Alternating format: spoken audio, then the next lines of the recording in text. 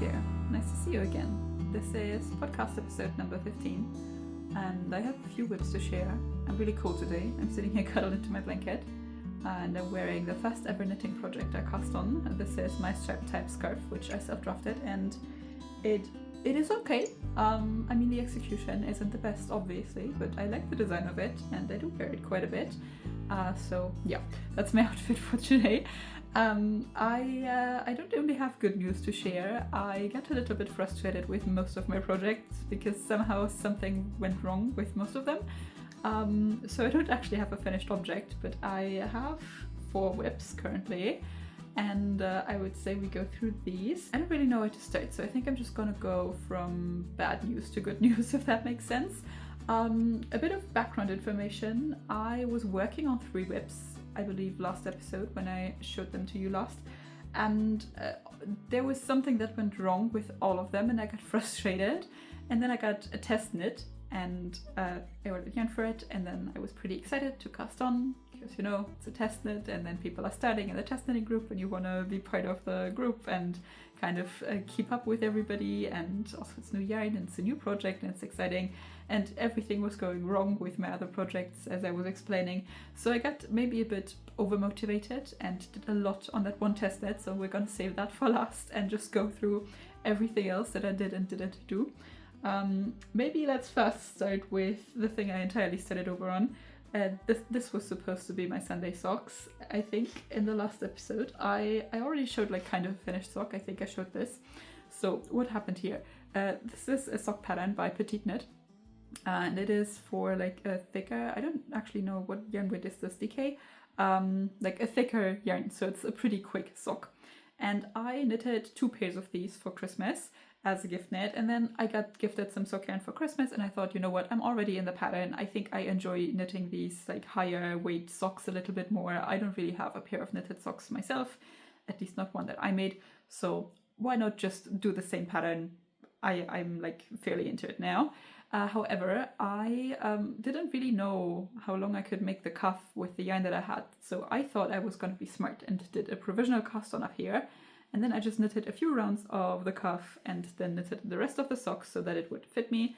I did make some adjustments to the toe. Did I make any other adjustments? I don't know. I go through them in my last podcast episode if you're curious. Anyways, I had both of these socks finished and I had quite a bit of yarn left over, so I tried to pick my stitches back up here to continue this 2x2 rib pattern. And well, then I realized that you can't really do provisional cast on in ribbing. It doesn't really work. It's more meant for stockinette, which I guess I should have done the research on that before I went and did a provisional cast on here, but I didn't. And then I was kind of for a week upset about it and trying to somehow save the situation, pick up the bar between the stitches, do something, but it just always looked weird. And I mean, it is just a pair of socks and I really just plan to wear this at home, and it is fairly like colorful, so you probably couldn't really see it if I did some kind of a join here, but I just couldn't figure out a way to do this where it looked nice, and I knew it would bother me, and also it's such a small project that I thought if I have to knit this again, it's like not perfect, but well, whatever. So I unraveled my first sock and I did a lot of math with the yarn amounts that I had left over and the yarn that I had used for that sock and whatever, and I was able to kind of figure out how long I can make the cuff with the yarn that I have, and I started on the cuff. I'm actually thinking about starting over because I cast on more stitches than necessary because my cuff is probably going to be quite long. I think in the picture it is also quite long, so I'm not sure how exactly the design there is planned out, but for my leg at least it is quite a bit bigger at the point that the cuff reaches to than at the ankle later. So for my ankle, the amount of stitches that are planned for in the pattern work pretty well, but I think for my leg that would just be uncomfortably tight at some point if I didn't do any decreases there. So I decided to cast on, I think, 60 stitches up here, and then I wanted to work some decreases to get down to the amount in the pattern. I'm making the size for 38, 39, I believe, or is it 39, 40, something like that. Anyways, I thought I would like cast on more stitches, do some decreases, and then continue to pattern from the point of the heel on. and it is working okay. The issue is that it is pretty difficult to decrease like a small amount of stitches in a row with 2x2 ribbing, because it really only makes sense if you decrease 4 stitches in a row, which I thought originally might be a bit too drastic of a decrease so suddenly. So I thought it would be better if I decreased just 2 stitches in a decrease row and then worked a little bit in pattern and then decreased 2 stitches again. But then it gets quite difficult to figure out where to place these decreases, because you know, you're like kind of out of pattern with them. So I tried to have like one beginning of round marker and one like mid round marker, and then do the decreases on this side of the sock for one decrease row and then on the other side of the sock for the other decrease row. And I mean, it's working, it's like decreasing, but it looks a bit goofy where I placed the decreases. I also kind of got out of pattern in the beginning here, so the decreases would look more like sensible. Somehow this isn't really working out with the 2 decreases in a decrease round. I think I'm gonna start over again and just do a decrease round with 4 decreases so I can like properly stay in pattern, and then that's just gonna be the way it is. So I'm gonna have to do a little bit more math on this. I'm gonna have to unravel this and start over again. Last time I was saying I'm maybe becoming a sock knitter because I'm knitting so many socks now, and somehow every time I try to knit a sock, something majorly goes wrong. And it's not necessarily the pattern's fault. It's kind of my fault, but also like, I don't know, I'm just trying things. I think I get a bit too comfortable with socks. Like, generally speaking, I don't have a lot of experience knitting socks, but I feel like it's such a small accessory that I can just, you know, like change things about the pattern here and there, and I guess I don't put enough thought into my changes. I don't know. This is a little bit frustrating, but it's gonna become a pair of socks eventually, I guess. It's really just a tiny project that I have here on the side for cases where I don't want to focus on anything else. So this might be more of a long-term whip than I was planning for, but whatever, it'll get done at some point, I hope. Okay, I don't really know where to continue. I think I'm just gonna go for the project that also isn't much to look at the current moment. This is what I introduced as my new sweater design last time. It still looks exactly the same, but this is a new iteration of it.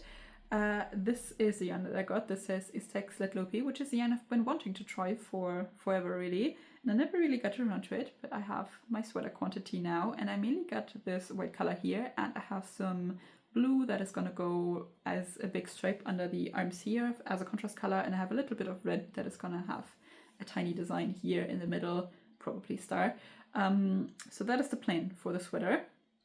Construction wise, this is gonna be a saddle shoulder construction that like fades into a drop shoulder, if that makes sense to describe it like that. And unfortunately, probably a larger part of this is going to be knitted flat, which there is really no reasonable way around it. I have done a lot of thinking, and if I want to avoid doing intarsia in the round, which I really do want to avoid, I don't think there's any way to execute my design idea without knitting flat. But the yoke part of it, or large parts of the yoke at least, can be knitted in the round, so that's how I cast on. And I believe last time I showed this to you, I was pretty much at the same point. The only difference now is that I did go back and unravel, and I started over because I tried it on, or I tried this neck portion here on, and I decided I would like the neck to be a little bit wider so I have more space to knit a bigger neckband in the end. I do want it to be relatively tight but not go up your neck, so I want it to end here. And with the circumference that I had before, it just wasn't really looking like that would work out. So I cast on a lot more stitches here, enough that it doesn't really work with this cable length anymore. And so far I've really only done short rows, so I did a setup row to like put my markers in and everything, and the rest of this is just knitting short rows back and forth. So this is going to be the front later, and this is going to be the back later. And now continuing, I really just need to do the saddle increases for a little while. So it should be pretty relaxing to work, I guess. I still don't have all of the math figured out. I don't know. I think I got a bit upset that I had to replan everything because I wanted to make the neck bigger, and I didn't look into it as much as I maybe should have. But it's alright. I got most of the yoke figured out, and right now it's more about connecting in the round and then the body and the sleeves, which I mean, there's still some planning to be done, but design-wise, that's really the less complicated part. It's mostly the yoke that is always giving me a headache, which makes sense because that's where most of the shaping is happening. In the next few weeks, I would really like to prioritize this project a little bit more. I don't really know what happened here. Usually I'm pretty good at knitting my own designs first and then more having a side project from another designer going on. But somehow with this one, I convinced myself that I could only cast this on again when I have the math figured out. And then I never felt like figuring the math out. And also I had other things to work on, so that was kind of more fun to do. And then I never got around to this, but a few days ago I cast on anyways, because I was thinking, you know, the neck already went wrong once, so if there's any trouble I run into in the yoke and I have everything else planned out, I'm gonna have to redo it anyway, so might as well cast on now, see what that looks like. But right now it seems like the circumference is definitely better. I have to find a longer cable for this. I think for my 4mm, this is on 4mm by the way, I don't really have a suitable cable length. I only have this relatively short one. I think this is 40 centimeters, and then I have like 80 centimeters, but I don't have the in-between step. It's a bit goofy with my needles sometimes because I got most of them from my grandma, who didn't have an interchangeable needle set. I don't even know if that was a thing back then, but essentially it seemed like she just went to the store and bought whichever needle she needed when she needed it. So she does have like 4mm needles, but then like a random cable length in between will just be missing. But then also I will find like 4 different needles that are all 3.5mm and 60 centimeters long. So I don't really know what happened there, but I've just been living like that. It's fine. I don't usually mind having too many stitches on my cable. It's a bit weird because you can't really see how big it's going to turn out in the end, so that's the only downside, but I find for the flow of knitting it's almost easier to have too many stitches on your needle, or what other people would call too many stitches. I didn't know, there's not really a rule for it, I guess. But you have to like search for your stitches. Let's like do this bunching up and making sure your next stitch is right at the top here, a lot less this way. So it's not the most uncomfortable thing, and since it is still so small, I think I can fly through the next few rows on this pretty quickly, and I am kind of excited now that I started to continue working on this. And for my more major whip, and the one that I made the most progress on, I brought my Esther jacket by Petite Knit once more. I don't even know how many times I've talked about this on here. I'm like starting to bore myself with it, so I hope it's not too horrible to listen to. This is the current state of it. It has things attached literally everywhere, and it's getting big enough that it's hard to show, but I guess that's a good sign. So what happened here? I finished the body. That's the first thing I guess I should mention, which really wasn't that interesting. It was the same pattern repeat I was already working the entire time, so I like finished the body part of it, and then the hem is worked in 1x1 ribbing. And that actually took quite a while. It's a pretty long hem. And I found another small inconsistency in the pattern, I believe, where throughout the entire jacket there will be these rows that are always a knit stitch, so this row or this row, and they go all the way down the body into the hem. And I thought it would make sense if the stitch that lined up in the ribbing would also be a knit stitch, so that this line is continued all the way down. And then when I started working the ribbing, I realized that this would actually be a purl stitch, which I found a bit confusing because why would you design it that way? So I looked at the picture and I realized that in the picture, the sample that she's wearing, it is a knit stitch indeed. So it does look like it looks for me now. So I switched out the order that the 1x1 ribbing is worked, which is really not anything major to change. So it would line up in a way where this is also a knit stitch.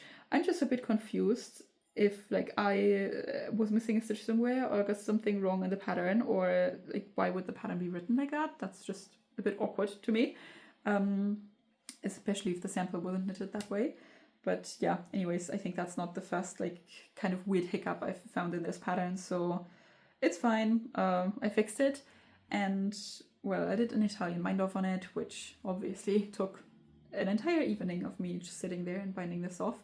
And the issue with it is that I am not entirely happy with the ribbing the way that it is now, or I'm a bit worried about it, let's put it like that. I don't really know yet if it's gonna be a problem, but essentially my issue is that for my body, my hips are the widest point. So when I knit sweaters, or even if I buy sweaters, I oftentimes have the problem that it looks a bit awkward because they are oversized everywhere on me, but then at my hips they are suddenly tight, or they don't have any positive ease there, and it looks a bit weird to me. And I was kind of hoping that with the way that this ribbing is worked, that it wouldn't really cinch in a ton. I only went down half a needle size, and in the picture at least it looked like the garment was fairly like straight, like the ribbing didn't go inwards toward your body. But the way it seems like to me, it kind of looks like the ribbing is cinching in a little bit. So I'm kind of worried that it will look a bit weird on me and it won't be the way that I prefer it, which is just straight down. I don't really know how much I can do with blocking. I was kind of hoping it would block out, but also I don't really know. So I'm a bit unsure what to do. I guess it is bound off anyway, and it would be really annoying to take the bind off out, so I could just as well finish it, block it, and see what it does, and if I don't like it I might go back on it. It also seems like I will have quite a bit of yarn left over, so worst case scenario, I will probably cut off the bind off and then just redo the ribbing. I think I do want to go down a needle size for it, so I might do some increases if it looks bad after blocking. But I think I will leave that until then. It's just making me a little bit less excited to finish this project because it is already looking like I'm gonna finish it and then I'm not actually gonna be finished with it. And then a second thing went wrong, which is the sleeves. I somehow turned this inside out. Okay, I think this is the sleeve that I started on. So I picked up for one sleeve and I started working the sleeve in the same needle size that I was also using for the body. And I got until here, which is already quite far for the sleeve, and that was somehow the first time I properly stopped to look at everything. And I noticed that my gauge here is quite a bit tighter than it was for the body. I think that happened because, well, the body's worked flat and this is worked in the round, so there's already gonna be a bit of a difference there. But then also, if I have fewer stitches on my needle, I guess that's not an uncommon thing, but I tend to pull the yarn a little bit tighter, especially when I work with small circulars, which this was not, this was just a 40 centimeter cable. But I guess I was pulling my stitches quite a bit tighter than I was pulling for the body. And it's pretty noticeable that this is like a lot tighter and neater than the body. And I don't really mind that this doesn't look as neat. It's obviously more of a rustic design, so it doesn't necessarily bother me. It just bothers me that these two are different. So I thought maybe it would make more sense to pick up with a larger needle. So I went up to a 4mm needle for the other sleeve, I believe. So I just stopped on this sleeve and picked up with a 4mm needle here.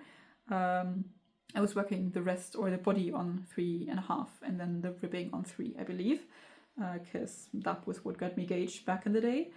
And well, I knitted this on 4mm, but obviously this also took quite a while. So getting through the sleeve takes forever. I feel like the body was so much quicker, which is a bit weird. Anyways, I feel like you can still see that I am knitting a bit neater here in the round than I was knitting when I was working flat here on the body. So I don't know, it like still looks a little bit different. I'm still not 100% convinced this is great.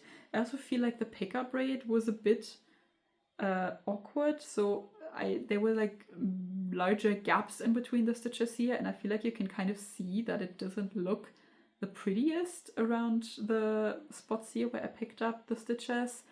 Especially here, I feel like you can see kind of far away that it's not a great pickup, which I don't know if that was my fault somehow, but with the amount of stitches I was supposed to pick up, it just didn't really work out differently.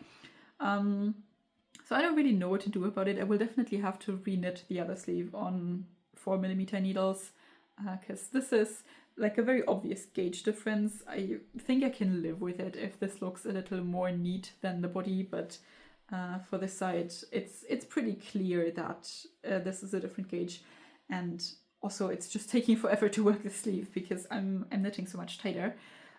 So yeah, I essentially ran into gauge issues with the sleeves, and then also the hem is not exactly what I was hoping for, so I was pretty frustrated with this project too. I do still pick it up here and there and do a few rows on the sleeve, like it's fine, but I don't really know how to fix it because I can like focus on knitting differently than what feels natural, like knitting a little bit looser, for example, for the sleeve here. I can focus on that for like 5 minutes, but once I get into a flow with it and I'm maybe watching something on the side or talking to somebody, it just gets pretty difficult to also focus on doing these stitches like a very exact way to match this part.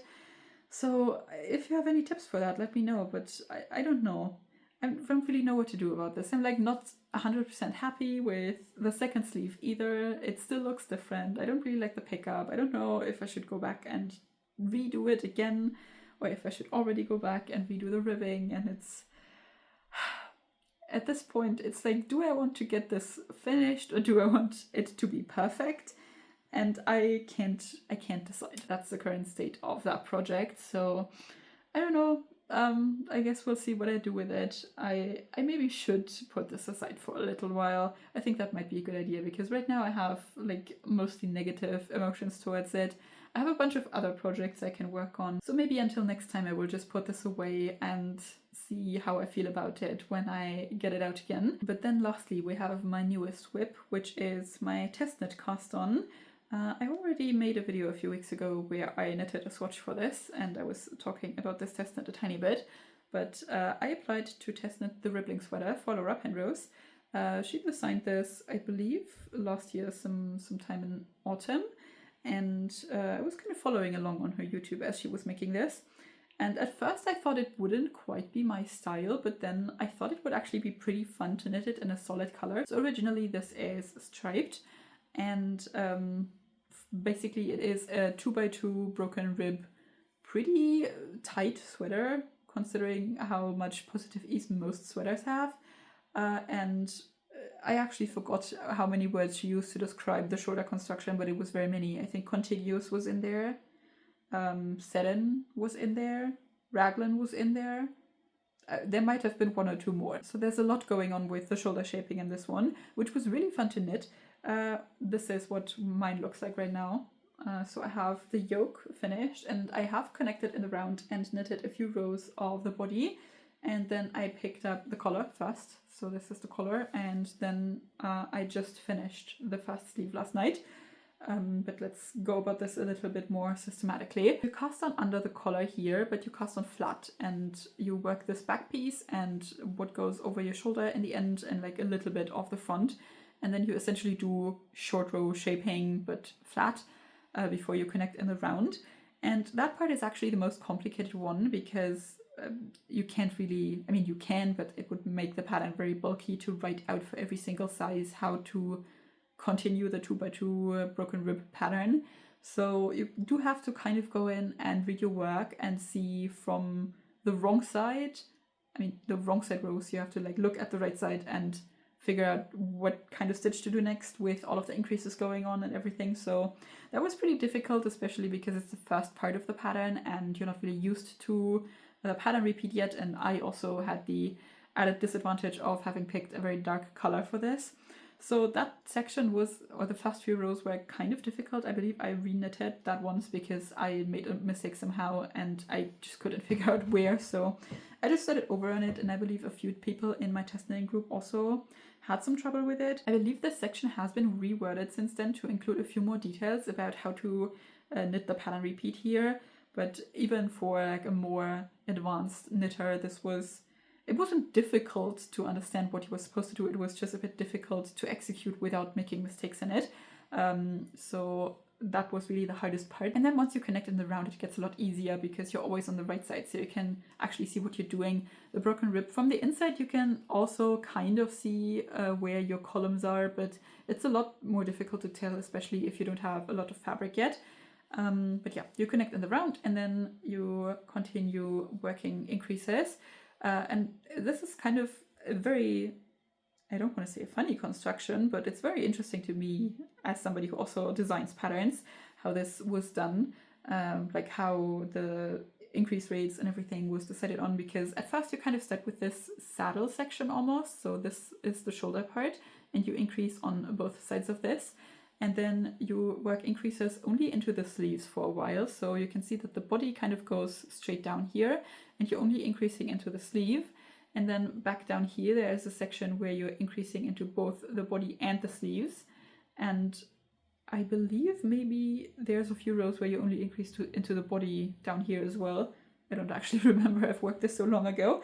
And then you cast on some stitches under the arms as you do, and you connect in the round.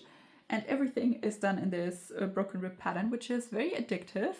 I find it quite nice because you do get pretty much the look of ribbing, and it is very easy to see even on such a dark color as the one I picked. So you get the look of it, but it's not as much work because every other row is just knitted. So you kind of fly through that one and then have one row that maybe takes a little bit longer where you're working the 2x2 rib. So that's been a really cool experience trying that texture. I've never really knitted that before. I mean, I've heard about it, but I never really thought to try it. But it's very fun. I do recommend this texture and this pattern. The test knit goes until the end of March, I believe, so I still have a bunch of time to finish. Anyways, I connected in the round and then I just finished the ball of yarn that I was already working on. So I wouldn't have to cut any yarn or have a bunch of yarn attached. So this is how far I got, and then I tried it on and checked that I was happy with how everything was looking. And I added the collar next. I like to do that because I find it a bit annoying to have the body in the way when I'm working the sleeves. But then before I work the sleeves, I want to add the collar in case that has any effect on how long I want the sleeve length to be. So I did do the sleeves. There are two sleeve options in the pattern, a wider sleeve and a more tapered sleeve. And I chose the more tapered option because my idea is kind of that I can wear this as a more tight-fitting sweater, maybe under cardigan, or like generally just over jeans or whatever, because I don't really have a knitted sweater that doesn't have a bunch of positive ease. So I'm going for more of a tighter fit, and I picked a bust circumference that will give me 0 centimeters of ease as well. So this is kind of what the tapered sleeve looks like. I believe there are still changes being made to how the decreases or how many decreases you work exactly. So I kind of did my own thing for the last few rows down here, where I did a few more decreases than what is currently in the pattern. I'm not exactly sure how it's gonna end up in the end, but either way, I think we're talking about like 4 stitches of circumference, so it will look really similar even if any changes to it are made still. And then the cuff is also just worked in 1x1 rib, as is the collar. It actually has a really fun detail, I find. So the original is worked in stripes, and it will have a contrast color stripe right here at the edge of the collar and also at the edge of the cuff. And to separate these two colors, you work one row of just the knitting in the ribbing here, which is not something I've ever done before or seen anywhere. And even in just the one solid color, it kind of gives a cool effect, I find, to make the collar look a little bit more finished. So I thought that was a really interesting detail that I haven't really seen like that before. And yeah, this is the cuff that I wound off just last night. I don't really know what I'm doing wrong with my Italian wind-off. I feel like it's not as stretchy as it should be. It is stretchy, like stretchier than most other wind-offs, but I feel like it could be better. I think maybe I'm knitting my double knitted rows too tight. I think I tend to kind of pull the yarn a lot there. I tried to be better about it here, but somehow it didn't work quite as well. The cuff is just finished like that, I think, so you just do the Italian wind-off, and for the collar it is also folded inwards and then attached inside, so this is double folded. Which isn't usually my preference, but it looks really good on this one.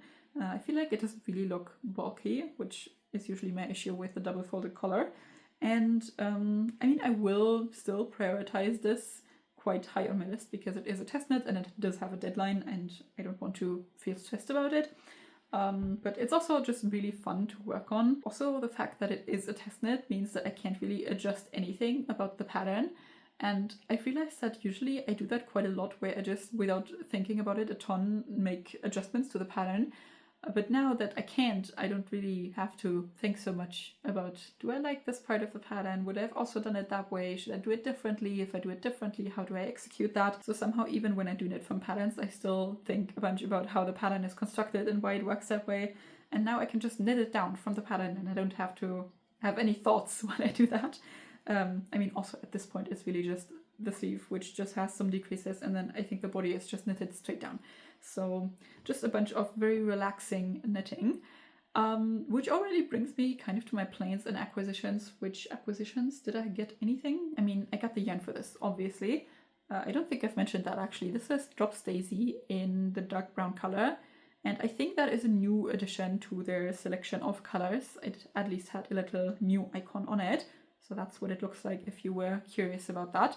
I really enjoy this. This is a brown that I think looks really good on me, like a cooler toned dark brown. So I'm pretty excited about this. This is the exact color I wanted. And I've never worked with this yarn before, so I'm kind of curious to see how that goes.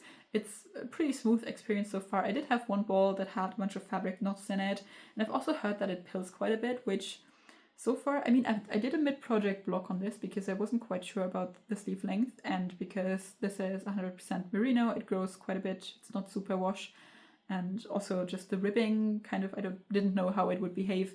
So I did a mid-project block, and I mean, I've been holding this in my hands as I've been working on it, and you can kind of already see that it's like roughing up a little bit, especially around the shoulder section here. So I think even though I don't have a lot of experience with this yarn yet, I do also find that it pills a bit, since it's already pilling and I haven't even gotten to wear this as a finished item yet.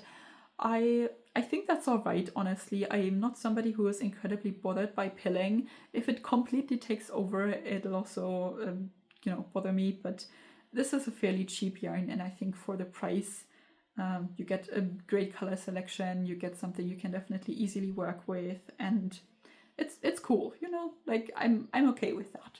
I can live with that. Other than the whips I showed, I don't have huge plans at the current moment. I kind of just want to finish my whips. I have 4 of them right now, which is already more than I usually prefer. I definitely want to focus on my design. I obviously have to focus on my test knit. I think the socks are just going to be a little side project, and the Esther jacket I'm just going to maybe put aside for a tiny bit now. I do have a few leftovers that I would maybe still like to make a wintry accessory with. I have this basket here that I keep on my desk where I keep all of my whips in, which you might be able to see that it doesn't quite fit anymore.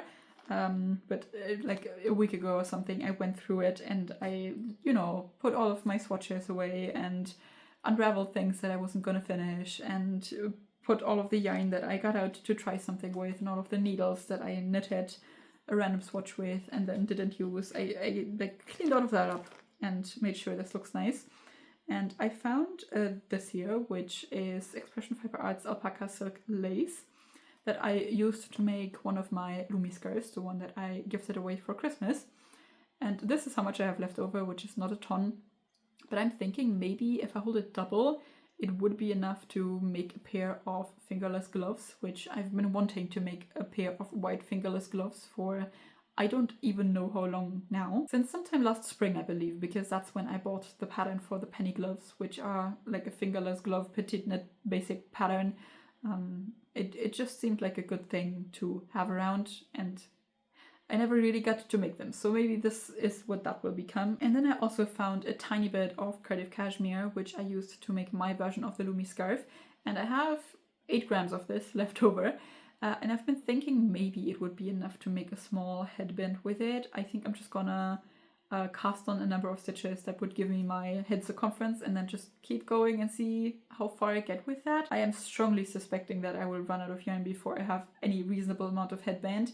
But yeah, if you have any suggestions actually for what to do with these tiny amounts of yarn, please let me know, because it happens to me so often that I will knit something and obviously you want a little bit left over because you don't want to run out of yarn, but then for yarns like this especially that are quite expensive and that I don't work with a lot, I feel bad throwing this away, and 8 grams is actually quite a bit of yarn considering one ball of it is 25 grams, so like what do I do with that? Because if it's not even enough for a headband, what is it enough for, really? So if you have cute little suggestions what to do with these, other than scrunchies. I've made like 2 scrunchies, I never use them, I don't know.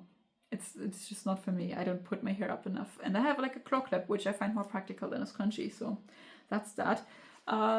I think that's all my plans for now. I don't want to make any elaborate plans. I still have somewhere in my mind that I would really like to knit a skirt, and in my mind it's more of a wintry skirt than a summery skirt, but maybe that'll be more of an autumn project for me than one that I do right now. I'm somehow already stressed about the warm weather, and maybe that's crazy.